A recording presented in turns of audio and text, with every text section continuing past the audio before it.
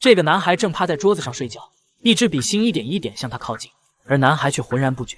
就在要刺到他眼睛时，笔芯却突然断了。原来拿笔的人不是别人，正是男孩的亲哥哥。哥哥见笔芯断了，他都没醒，于是放心的走出房间。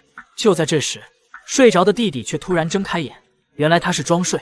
这已经不是他第一次察觉到哥哥的不对了。哥哥曾莫名失踪过19天，回来后毫发无伤，但却忘记了一切，而且行为也越发怪异。到底发生了什么呢？故事还要从1个月前说起。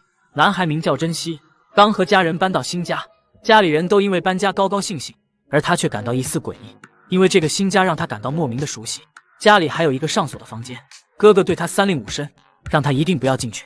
到了晚上，一家人正在庆祝乔迁之喜，珍惜却听到了一阵奇怪的声响，似乎是从楼上的房间传来的，但其他人似乎都没听见，还说那有可能是打雷声。